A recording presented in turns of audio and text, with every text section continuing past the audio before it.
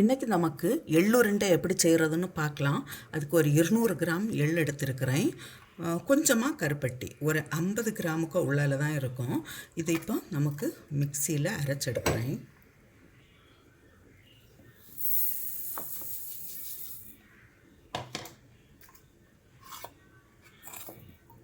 தண்ணி எதுவுமே விடக்கூடாது. இதை இப்போ அரைச்செடுத்துட்டு வரேன்.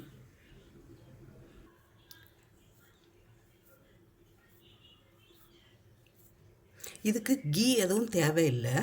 இதை நல்லா நம்ம வெயிலில் உணர வச்சிட்டோன்னா நம்ம இதை வறுக்க வேண்டிய அவசியமும் இல்லை.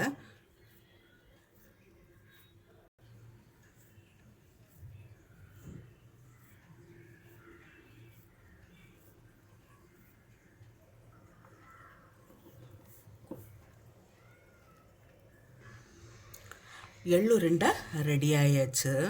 இது ரொம்ப ஆரோக்கியமானது. நான் இது இப்போ ஒன்று ஓப்பன் பண்ணி காட்டுறேன். ரொம்ப சாஃப்டாக இருக்குது. இதே போல் நீங்களும் செய்து பாருங்கள். செய்து பார்த்து உங்களுடைய கருத்துக்களை தெரிவிங்க. உங்களுக்கு இந்த சமையல் பிடிச்சிருக்குன்னா சப்ஸ்கிரைப் பண்ணுங்கள். உங்களுடைய ஃப்ரெண்ட்ஸுக்கெல்லாம் ஷேர் பண்ணுங்கள்.